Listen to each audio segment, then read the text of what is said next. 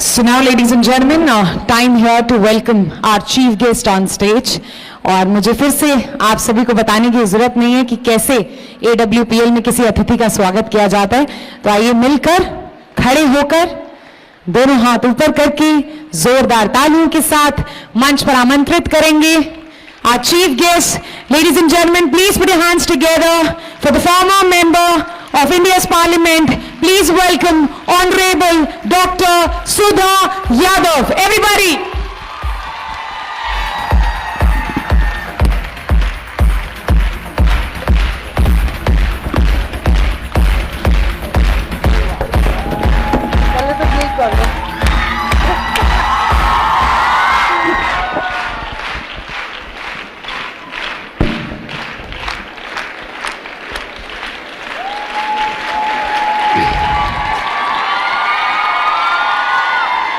ये नए भारत की आज तस्वीर देखने को मिल रही है।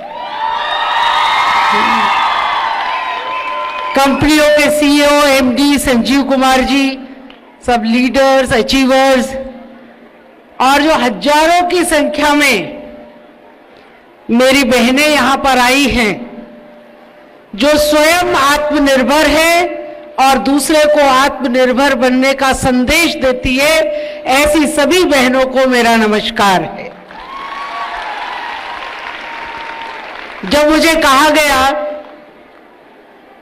कि 8 तारीख का इंटरनेशनल विमेंस डे जो है वो क्यों होली की वजह से हम 1 तारीख को मनाएंगे और आपको तालकटोरा स्टेडियम में आना है,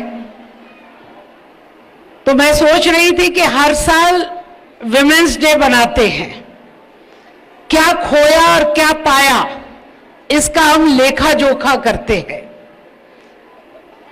और हमको क्या जीवन में करना है इसके ऊपर विचार करते हैं। लेकिन जब मैं इस प्रेमाइसिस के अंदर आई तो मुझे यह लगा कि जितना कुछ हम सोच रहे थे वो सब छोड़ दीजिए। ये वो महिलाएं हैं जिन्होंने घर के बाहर निकल करके समाज में काम करते हुए अपने आप को आत्मनिर्भर बना करके परिवार का और समाज का काम करने का काम किया है। आप जिस कंपनी से जुड़े हैं, उन्होंने जो भी प्रोडक्ट्स आपको दिए होंगे, जो भी प्रोडक्ट्स के माध्यम से आपको जोड़ा होगा,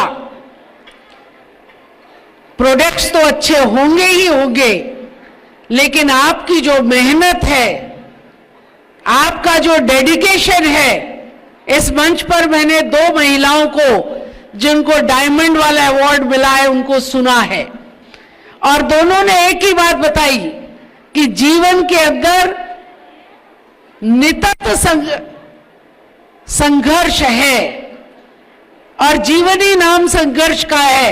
हर दिन जब नया सूरज उगता है तो उस दिन में कठिनाइयां सबके जीवन में आती हैं, लेकिन उन कठिनाइयों से पार पा करके जब हम आत्मविश्वास के साथ में खड़े होते हैं और काम करने के लिए बाहर निकलते हैं तो ये सुखद परिणाम निकल के आते हैं कि हजारों बहनें अपने परिवार और राष्ट्र के लिए काम करने के लिए यहां पर समर्पित दिखाई देती है। मुझे लगता है कि आप सब लोगों ने अपने जीवन के अंदर 3-4 बातों को प्रमुखता से स्वीकार किया होगा, तभी आज आप यहां पर पहुंची हैं। एक महिला को परिवार भी देखना है, एक महिला को समाज के अंदर व्याप्त कठिनाइयों को भी देखना है।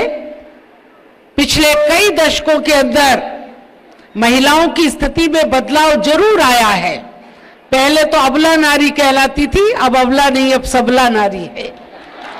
लेकिन इसके बावजूद भी कभी कभी समाज में ऐसी घटनाएं हो जाती हैं जो मन को विचलित करने वाली होती हैं।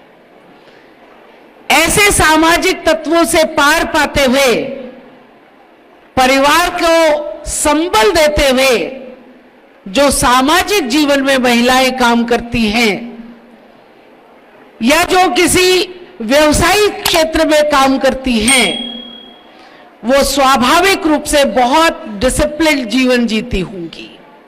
अनुशासन एक बहुत बड़ा मंत्र है, क्योंकि अगर आपने अनुशासित जीवन को जिया तभी आप इतने आयामों के अंदर बैलेंस बनाने में कामयाब हो पाएंगे।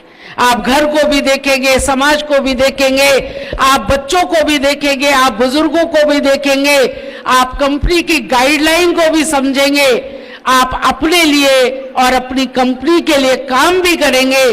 तो ये तभी हो सकता है जब आप बहुत व्यवस्थित होकर के काम करते हो। इसलिए मुझे लगता है कि जितनी बहनें आई हैं, इन्होंने इस आयाम को छूने में एक जीवन के अंदर डिसिप्लिन को कायम किया है। आपका कमिटमेंट है समाज के लिए, आपका कमिटमेंट है अपनी कंपनी के लिए, आपके मन के अंदर आत्मविश्वास है, एक करेज है, जिसके कारण आज आप काम कर पा रही हैं। और यदि हम महिलाओं को देखें तो जिन्हें चार दीवारी के अंदर माना जाता था, आज हमारी बेटियां सीमाओं की रक्षा कर रही है। आज हमारी बेटियां फाइटर प्लेन्स उड़ाने लग रही हैं। और ऐसा कोई भी क्षेत्र नहीं है जिस क्षेत्र में महिलाओं ने परचम न फहराया हो। कुछ क्षेत्र ऐसे थे जिनमें लोग कहते थे कि ये पुरुषों का एकाधिकार है, लेकिन उस एकाधिकार को भी अपने आत्मविश्वास से, अपने मेहनत से महिलाओं ने तोड़ा है।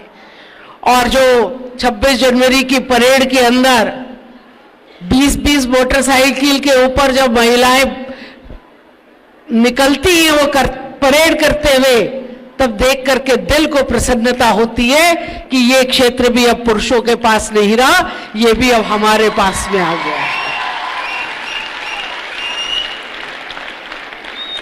अब बदल रही है तस्वीर, और इस बदलती तस्वीर में आप लोगों का बहुत बड़ा योगदान है।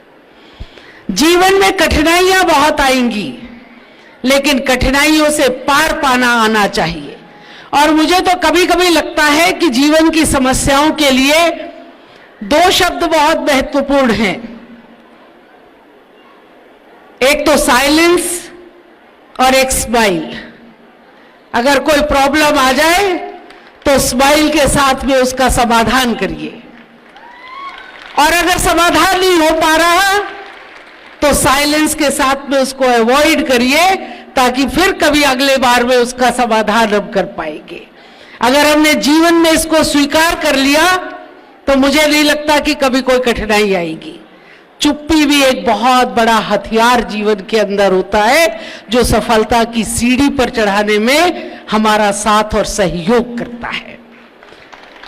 आपने जो सीढ़ियां चढ़ी हैं, स्वाभाविक है कि इन सीढ़ियों को चढ़ने में आपको कठिनाइयां आई होंगी, लेकिन आप जब भी किसी के बारे में भी पुस्तकों में पढ़ेंगी या चर्चाएं करेंगी तो आपको समझ में आएगा कि ऊंचाइयां उन्होंने ही छुई हैं जो बार बार जीवन में असफल हुए हैं, जो बार बार जीवन में गिरे हैं, जो बार बार जीवन के अंदर ठोकर खा करके खड़े हुए हैं, वो ही जीवन में ऊंचाइयों को छू पाए हैं। इसलिए अपने मन की कमजोरी को बाहर करना पड़ेगा।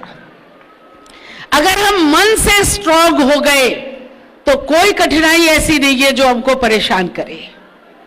उसका मैं उदाहरण देती हूं। हम अगर रोड के ऊपर जा रहे हैं और हमारे पांव में जूता चप्पल कुछ भी नहीं है, पैर में रोड़े चुभ रहे हैं, तो हम थोड़ा संभल संभल के चल लेंगे, थोड़ा पैर को ऊपर नीचे करके चल लेंगे, क्योंकि वो बाहर से हमको काट रहे हैं। पैर में जूता हो और एक कंकड़ जूते के अंदर घुस जाए तो हम बिल्कुल नहीं चल पाएंगे। हमको बैठ करके उस कंकड़ को बाहर निकालना ही पड़ेगा। इसलिए मन की कमजोरी को निकाल करके मन से विल पावर के साथ में यदि स्ट्रांग होकर के काम करेंगे तो कोई कठिनाई जीवन में ऐसी नहीं है जिसे पार पाने में हम लोग सफल नहीं हो पाएंगे। और आप लोग जिस तरीके से ऊंचाइयों को छू रही हैं, मैं तो अभी संजीव जी से कह रही थी कि ये देश भर से इतनी महिलाएं आपके बुलावे पर चल करके आई हैं और अपने अनुभव सुना रही है। कुछ तो बात होगी जो आपके साथ में इतना लगाव है, जुड़ाव है, आपने कुछ तो किया होगा, इसके लिए आप बधाई के पात्र हैं। और मैंने उनसे पूछा भी कि ये इंस्पिरेशन आपको कहां से मिली। उन्होंने कहा मैं तो फौज में था। जिनका एक फौजी आदमी जो डिसिप्लिन्ड जीवन जीता है, जो डेडिकेशन के साथ में जीता है, डिवोशन के साथ में जीता है, कमिटमेंट के साथ जीता है, करेज के साथ में जीता है, वो फौज को छोड़ करके जब बाहर आया तो उसने समाज की सेवा के लिए, राष्ट्र की सेवा के लिए एक दूसरा रास्ता अपनाया आयुर्वेद के माध्यम से, कि हम अपनी भारतीय संस्कृति के साथ में जुड़ करके जो हमारा विज्ञान था, हम उस विज्ञान को आगे बढ़ाते हुए लाखों लोगों का इलाज उसके माध्यम से कर सके, उनके स्वास्थ्य के प्रति उनको जागरूक करके, ये उनकी सोच राष्ट्र के प्रति समर्पित सोच है। मैं आपको भी तहे दिल से आभार करती हूं, आपका अभिनंदन करती हूं और अपनी सब बहनों से कहना चाहती हूं कि आज आप सक्षम हो गई हैं, आप अपने अपने इलाके का नेतृत्व करने वाली हो गई हैं। हालांकि राजनीति के क्षेत्र में अभी महिलाओं की संख्या कम है और आने की आवश्यकता है, लेकिन आप अपने अपने इलाके की लीडर्स हैं। भले ही वो आप व्यापार के क्षेत्र की लीडर हो, चाहे वो कंपनी के अंदर में हो, तो लीडर का काम होता है कि और दूसरे लोगों को भी आगे बढ़ाना, उनको भी समझाना, उनका मार्गदर्शन करना और उनको साथ लेकर के आगे बढ़ना। तो जहां आज आप पहुंची हैं वहां और बहनें भी पहुंच सके, ऐसा मोटिवेशनल काम करने की आज आपको आवश्यकता है। मेरी तरफ से आप सब लोगों को इस महिला दिवस की ही नहीं, बल्कि आप सबके इस अचीवमेंट के लिए और भविष्य में आप और ऊंचाइयों को छुए, इसके लिए तहे दिल से बहुत बहुत आभार, बहुत बहुत शुभकामनाएं हैं। और ईश्वर से प्रार्थना करती हूं कि हमारी जो बहनें यहाँ पर आज मुस्कुरा रही हैं, खिलखिला रही हैं और जोश के साथ में जिस तरीके से अपने मन के उत्साह को बाहर निकाल रही हैं, अगले वर्ष जब हम मिले तो और दुगनी संख्या में यहां पर महिलाएं हो और इस डायमंड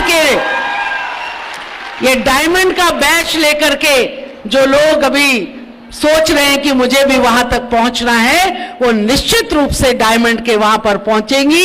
इन्हीं शब्दों के साथ आप सबको बहुत बहुत शुभकामनाएं, आपका आभार।